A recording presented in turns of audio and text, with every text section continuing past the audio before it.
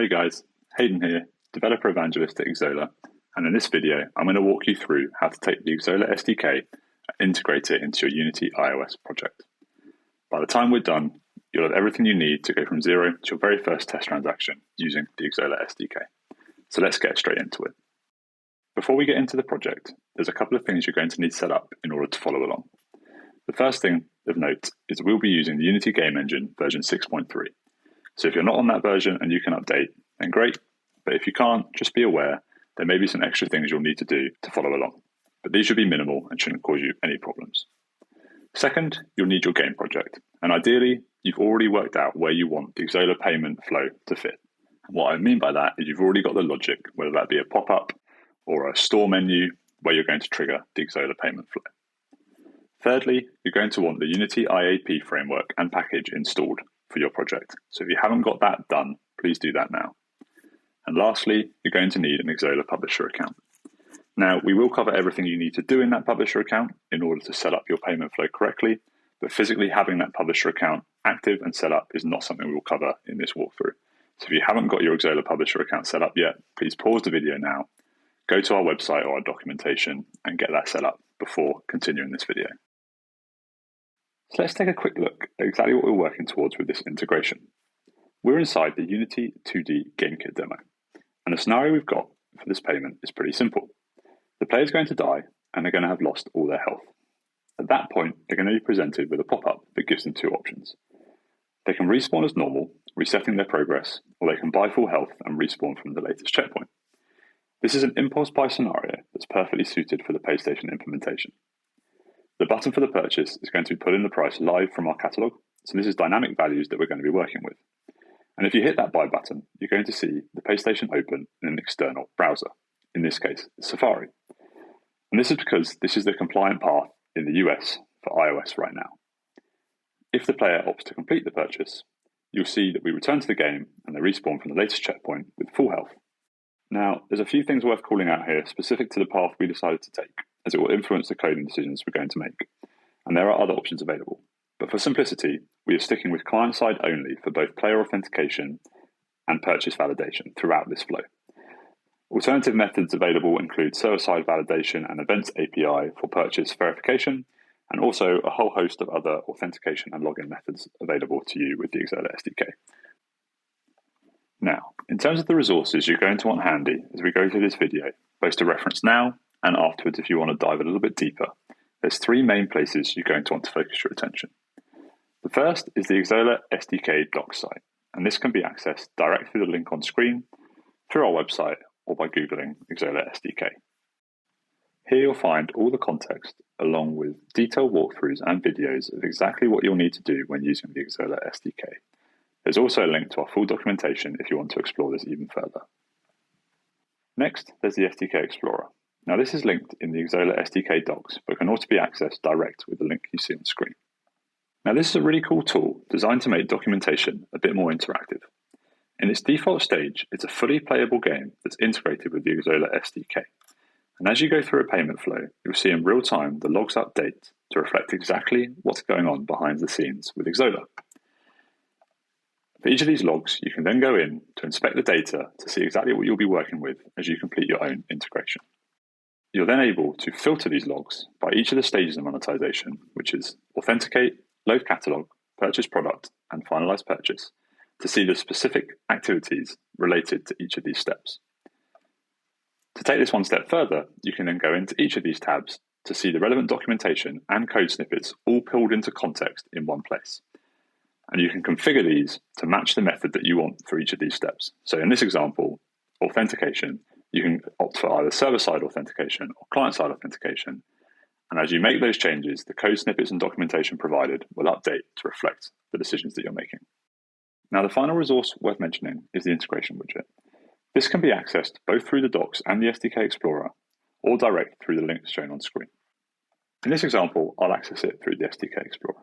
Now, the integration widget takes the resources one step further, and based on your configuration, provides you fully drag and droppable code for each stage of the monetization. We will be relying mostly on the SDK Explorer and the integration widget throughout this tutorial, but please feel free to use whichever resource you feel most comfortable with. So we're now ready to jump into the project and start our integration. Before we can hit step 1, which is authenticate, we first need to make sure that we've got the Xsolla SDK package installed. Now, you can access the SDK in a variety of ways, but as we mentioned, we're going to stick mostly to the integration widget and the SDK Explorer. And what you'll find if you navigate there is you will have the git command necessary for you to install the package through Unity using a git URL. So obviously you can find more information at the how to install link there, but we're just going to grab the URL from here, jump back to our Unity project, and then we're going to go to Window, Package Management, Package Manager, and we are going to navigate to the plus icon, install package from git URL, drop the URL we took from the integration widget in there, and click install. And now you'll see that we have the Xsolla SDK installed and accessible in our project. With the package installed, we're now ready to crack on with the integration. So the first thing we're going to want to do is create an empty game object, which we will call Xsolla PlayStation. And this will obviously contain all the Xsolla SDK code. So we're going to attach a script to that. But first, I'm just going to move it into my systems section of the hierarchy just to make things a bit clearer. I'm going to open that up in the inspector, and we're going to add a new script by the same name, Xsolla PlayStation. So we're going to create and add that now. And then we're going to open that up so we can have a little look at the code. Now, we know from a little bit earlier on in the video, when we looked at the SDK Explorer, that we're going to grab a bunch of code directly from the integration widget. So we can start by removing the code that we get by default here. And then we can return to the SDK Explorer, make sure we're in the authentication tab to see exactly the relevant documentation and code we're going to need for this stage. So I highly recommend taking some time to read through the documentation here and see what it's telling you. Check the configuration setup. So we obviously are going for client-side authentication here, but if you were interested in server-side, you can obviously apply that change and see how the code updates. But what we're interested in is the code right here. And we're going to jump to a couple of bits of this code in a bit more detail in a second. But in short, what we're doing here is we're setting up our settings and configurations for the purchase module, and then we're tying that into the Unity IAP framework so that we can latch on to the logic that's used there. Now, as you'll see, this is the code in isolation. But if we head to the integration widget, we'll actually get the code in a full class that we can copy and paste straight into our code file to give us all the relevant context. So if we copy that, jump back to our VS Code and paste that in. And before we do anything else, we're just going to make sure we update the class name, as that has been overwritten when we copied in the code. Now, immediately you'll see there's an error. And the reason behind this is the SDK Explorer is set up to bring you the code relevant specifically to each step and build on that step by step. So you'll even see in the integration widget here, it mentions a couple of things that process purchase and on-purchase failed are things that's going to be covered in subsequent steps. However, because we're using the Unity IAP framework, it's looking for some of those, at least the shells of those functions now. And so if you want to test or run this build before going through all 4 steps, we're going to need to grab some code from steps 3 or 4 and add that to our class now. So if we take a quick look at what it's telling us. It's telling us it's missing the on-purchase failed functions as well as the process purchase. And we can see here from the comments that all 3 of these are mentioned as coming up in future steps. So if we jump back to the SDK Explorer, go to the purchase product, we will see that that is where we get the purchase failed functions. And here again, it's mentioned in process purchase is covered in the finalize step. So we'll copy those, jump back to our code. So we're just going to get rid of that comment and add those in there. And for now, we'll comment out what's in them because we'll go through a little bit later what's going on. So now we just need to jump back once more to the SDK Explorer. And now we'll go into the finalize purchase step just to grab that process purchase function, jump back to our code for a final time, add that in there, and we'll just comment out that. Now we're going to have to keep this in for now because again, it's expecting a return function. So if we don't include that, we will still get the error. But effectively, that's all the code you now need so we can test whether this authentication is working. But there will just be a couple of those code snippets that you're taking from the steps later on, which we will go through. But we just need those in there now to keep Unity happy as we are tagging onto the Unity IAP framework, which expects certain shapes and certain functions to be included right from the get-go. Now, just before we move on to step 2, which is loading a catalog, there's just a few parts of the code here that I want to point out in a bit more detail. So if we jump back to the slides for a second, the 2 areas of code that I want to focus on and just elaborate a little bit more is the set project ID and set logging ID and the set sandbox to true. So we'll start with the sandbox, as this is really straightforward, but setting sandbox to true is what enables you to test these transactions without using real money. So it's really important that you make sure that's enabled, at least in your testing phase, but it's also super important to remember to remove that when you're ready to go live so that you can start using real transactions.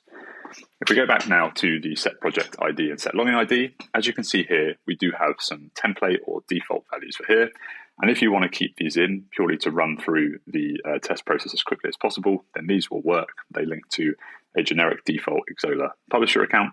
But as we're going to want to add our own catalog and our own products, we're actually going to set up our own project and login IDs within our publisher account. And then we're going to be able to import our own ID credentials here. So if we jump across to our publisher account, we can go ahead and set up our new project. So we're going to go down to create project. Going to fill in some basic information here.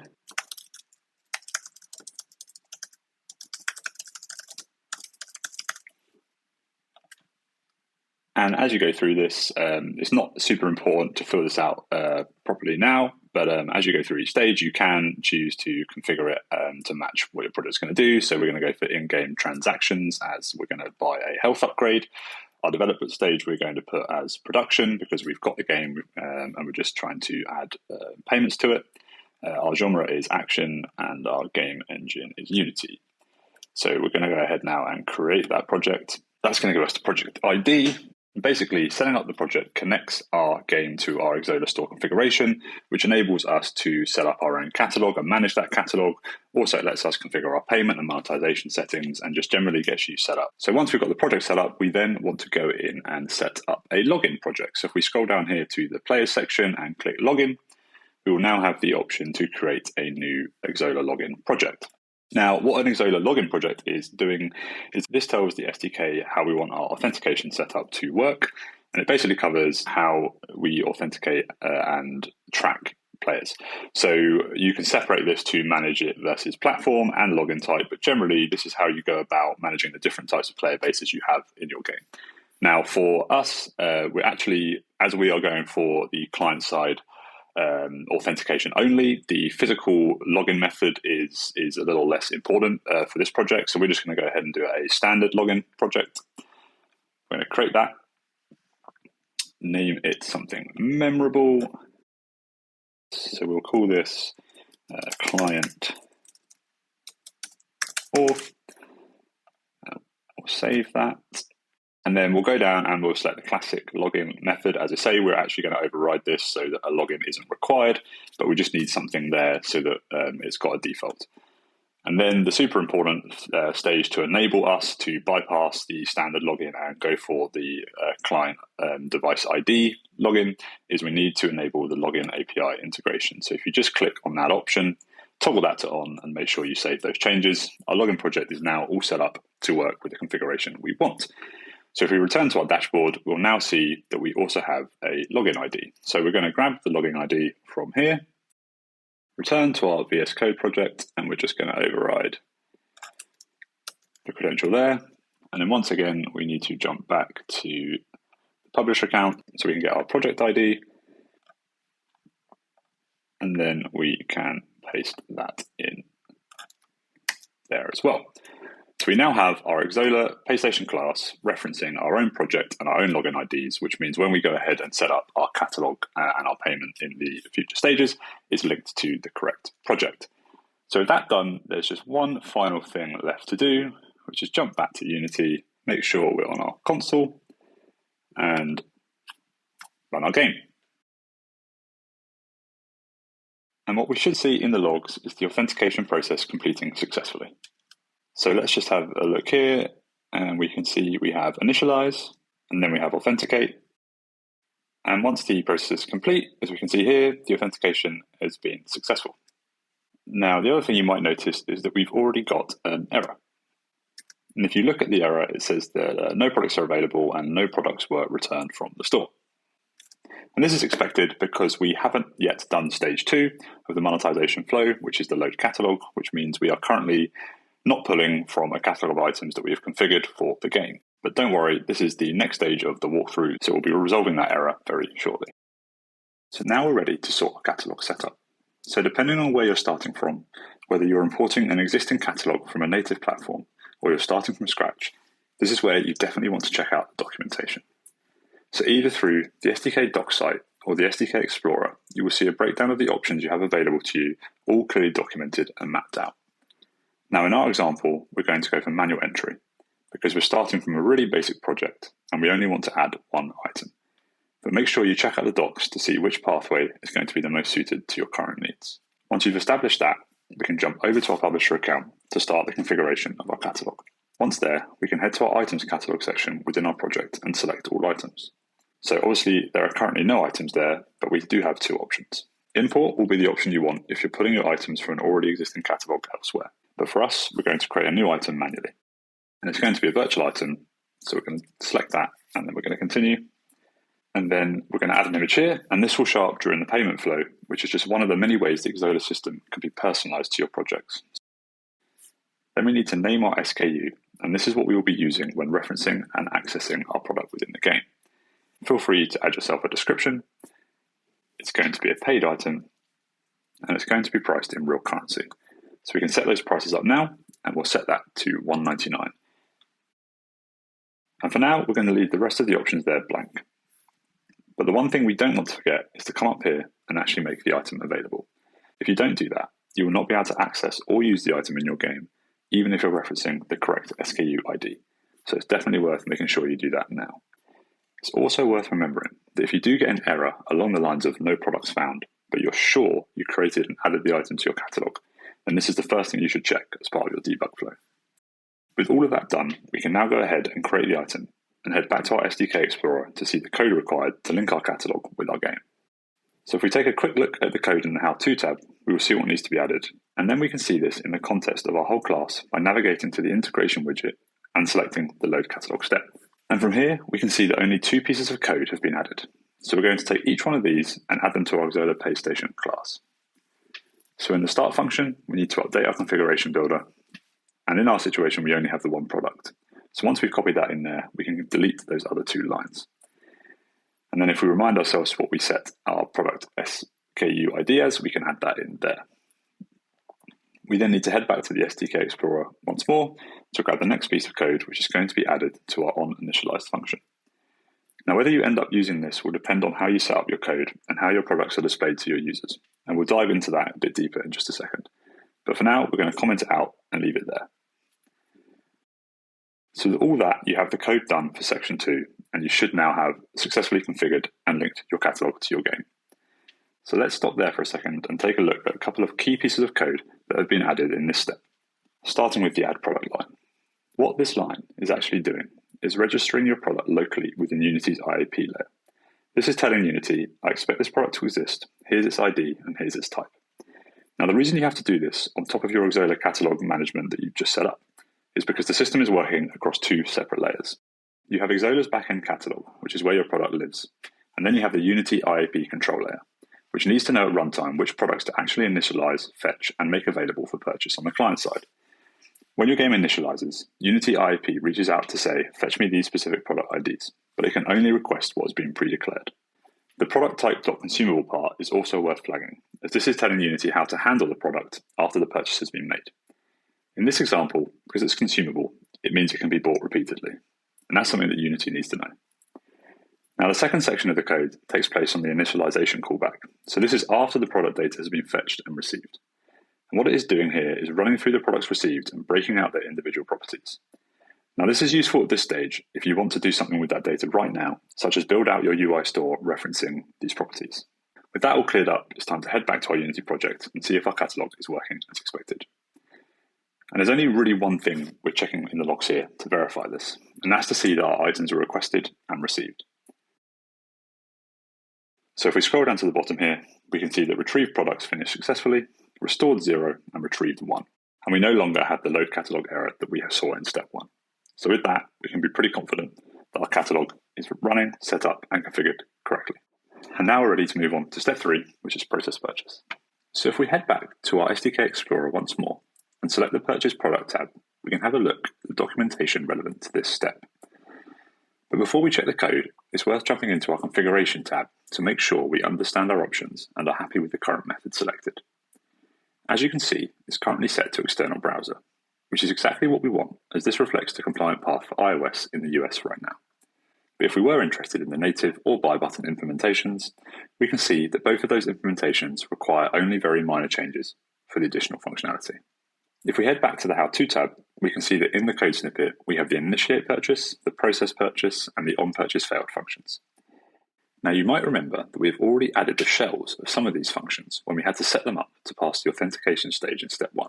And based on the code snippets, no additional logic is being added at this stage to those functions, as the handling of process purchase and on purchase failed really falls into the final step and the finalization of the purchase. So it's just the initiate purchase call that we're interested in right now. So we're going to head across to the integration widget to see what this code is going to look like in the context of our class. And when we found that code, we're going to copy it, jump across to our code editor, and add that under these functions here. And with that code added, we can take a closer look at what's actually happening here, starting with the initiate purchase function. This is the single line that kicks off the entire purchase flow. When called, it hands control over to Xsola's backend to process the transaction. And it's worth appreciating just how little code this actually is for what it does and what it's triggering. You're essentially saying, start the purchase for this product ID, and from there, Xsolla takes care of everything, launching the payment interface, handling the transaction, managing the store, and then firing either the process purchase or the on purchase failed commands when it's done. So you can think of this as your trigger point, typically wired up to a button in your UI or in your store, and it's intentionally thin because all the real logic lives in the back end and your callback logic. And that brings us to the other two functions, process purchase and on purchase failed. These are effectively your success and failure callbacks for the purchase flow, and they make up the Unity purchase validation logic. We will be going into these in more detail in step 4. For now though, the key thing to know is that both need to be present to keep the Unity IAP framework happy. Now whilst this is all the code that we take from the SDK Explorer, and is everything that's technically needed for the Xsolla SDK purchase flow to work, what this doesn't account for is how your game and players actually interact with and trigger the payment. So you'll now need to link this up with your game logic to ensure that the purchase flow is activated correctly. For our example, we're going to make a couple of changes. Firstly, we're going to make this a bit more flexible. So we're not going to have the ID of the SKU hard-coded. In fact, we're going to pass that through when we call the function so that we can call it for any other products we might choose to add in the future. As mentioned in our demo earlier, we also want the button to pull the live price from our catalog, rather than just saying buy, so that if we update our catalog pricing, we won't have outdated hard-coded values in our game. So I'm going to make those changes, and then I'm going to jump back in and show you exactly what we've done. So we've updated the purchase SKU function so it takes an ID rather than just being hard-coded. And we've also added a getProductPrice function that takes a product ID, fetches its current price, and returns it so that it can be used to update our button. I've also gone ahead and removed the previous loop logic separating out the product properties in the onInitialize function, as we have gone ahead with our dynamic pricing instead, and we have no other need for product data at this stage. Now, in order to call these functions, we need our Xsolla PayStation class to be accessible to the rest of our code. There are multiple ways you could do this in the Unity game engine, but for our demo, we have just created a singleton instance of the class. Since our project is set up in multiple scenes, this gives us the global access and flexibility that we need. If we then return to our game, we can verify that the process purchase part of our integration is working as expected. And if we just speed this up real quick to reach our ultimate demise, then we can see from our pop-up, it's showing us our live price of $1.99, and this is what we set up in our catalog. So we know that's dynamically pulling the data we need. And then if we go ahead and select it, we're going to see the PayStation open up in this external window as we configure it to do so, with all the information about the product and the purchase. So we have the image we uploaded, the game name, the name and price of the product, and the payment options. In this scenario, I've already got my card details saved, but we do have a link out here to test cards so that you can very quickly check in this sandbox environment that your purchase process is working without having to worry about your own payment credentials. So if we return to the PayStation and hit purchase, we can then head back to the Unity project to check our logs. So let's check those, and we can see we've got a finalized transaction and the purchase complete, confirming all as well. Now, obviously in our game, there's nothing happening following that quite yet because we haven't linked up the finalized purchase stage, which is where the logic that actually acts on a successful purchase will be added. But we're going to jump into that right now so we can complete this monetization flow. If we jump back to the SDK Explorer and have a look through the code, we can see what we're going to need for this stage. And something to bear in mind right now is that we mentioned at the top of the video that we would be opting for client-side validation. So if we navigate to the Configuration tab, we can have a look at exactly the code required specifically for this validation method. Now, what you might notice is that if we flip between the Config and the How-To tabs, we see the code does differ slightly. And that's because by default, the SDK Explorer assumes you'll be using the Events API or server-side validation, as these are the more secure methods. But to keep things simple, we want to stick to just client-side only for now. But it's worth bearing in mind, it's super easy to update this later, and so there's no need to worry too much at this stage. So we're going to keep the code in the Config tab in mind, and then we're going to head back to the integration widget to see what the code looks like in its full context. And as we can see, the only real addition is the code added to the process purchase function. We're going to copy that, add it into our code, keeping what we had there originally as well, just so that we can compare our before and after. And then we're going to jump back to the configuration tab so that we can update what we've copied for just what we need for the validation method selected. And we can see that we don't need the confirm pending purchase, and that's because we're handling that on the client side as opposed to relying on any server or event systems for that. And we can also simplify this if loop slightly, albeit there's no harm in leaving that as it is. So we're going to jump back to our code, and we're going to get rid of the purchase processing result.pending. And instead we're going to opt to keep our confirm version because we need to confirm completion directly in our client, as opposed to waiting for the confirm pending purchase to complete the flow based on the back end. So we can also remove the confirm pending purchase score too, and then we can simplify the loop so it reflects what we saw in the code for the configuration of the client-side validation only.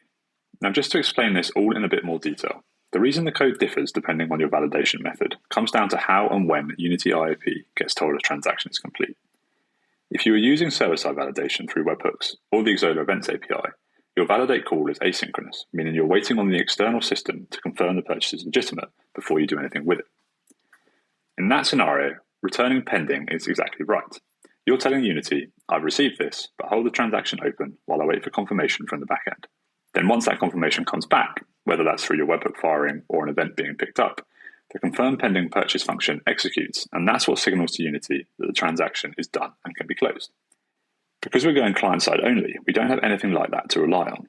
Instead, we're confirming within the client that the purchase has gone through and we're happy to act on it. So rather than returning pending and waiting for a signal that's never coming, we return complete immediately to tell Unity to close out the transaction right away. It's a simpler flow which suits client-side validation perfectly. Now, for the on-purchase failed code, you might have noticed there are actually two versions of this callback. And that's because Unity IOP has two different listener interfaces, and each fires a slightly different version of the method. Having both just means you're covered regardless of which one is needed. For our purposes, though, no further changes are needed to the code here, and we can keep the integration widget code that we copied earlier. And this is because at this stage with our client-side validation, we don't need to cover anything more in the failure scenario. So I'm just going to uncomment the code we have here and leave it as is. And with that, that's all the core Xsolla functionality added for the finalized purchase step. But there's still one last thing to do, and that's to add our game logic so that once the purchase is complete, our game reacts as we want it to. In our demo scenario, we know that when the purchase is complete, we want the player to spawn from the latest checkpoint with their health fully restored. So I'm going to pause here and throw in the code that we need to make that happen. Now feel free to take a look at the code on screen, but it's basically just closing the pop-up and calling the player respawn function.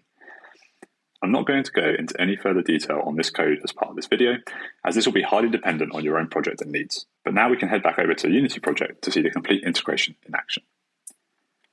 And so what we should see when we die is our pay station open as it did in the previous step, but this time, when we complete our purchase, our player should respawn with full health from the latest checkpoint.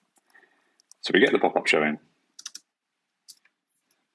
we activate our purchase flow, pay station opens, we confirm the purchase, and once that payment has gone through, our player respawns with full health. And there you have it, visual confirmation that our integration is working. Of course, if you want to check the logs, you should also see the finalized purchase confirmed there also. But with that, you have completed your integration of Xsolla in your Unity iOS project, starting from no payment system at all to your very first test transaction. I hope you found this video helpful. Thanks for listening and stay tuned for more content like this.